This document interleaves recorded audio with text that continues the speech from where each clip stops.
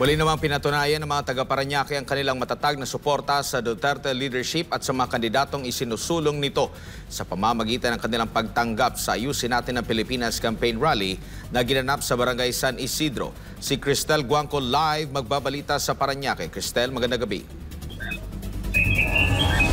Yes, mga ka-partner, magandang gabi sa inyo. Duterte pa rin at vote straight PDP laban. Ito ang sigaw ng daang-daang supporters sa Dumalo ngayon sa campaign rally dito sa Barangay San Isidro, Parañaque City. Kasabay ng matinding init ng panahon ang nag-aalab ding pagtanggap ng mga Parañaqueño sa Ayusin Natin ang Pilipinas rally na ginanap ngayong Sabado. Alas 12 pa lang ng tanghali ay puno na ang Garden City covered court sa Barangay San Isidro, isang patunay na kanilang solidong suporta sa Duterte senatorial slate ng PDP laban.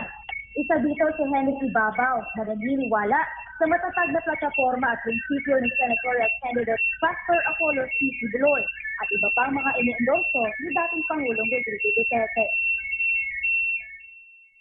Yes, babutuhin ko siya dahil naniniwala ko sa prinsipyo niya at hangarin niya sa bansang Pilipinas. Ayusin ang bansang Pilipinas at ipakita ang tunay na kalayaan at tapang malasakit sa pangunguna ng dating Pangulong Rodrigo Roa Duterte na magiging mayor ng Davao uli.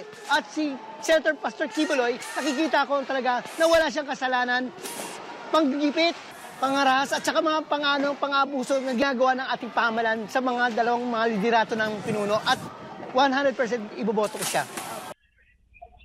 Sisili naman ang dating official at aminadong pro-Duterte, hindi naniniwala sa mga akusasyong itinupukol laban sa butihing pastor at hinikayat ang mga kapwa Parañaqueño na maging mapanuri.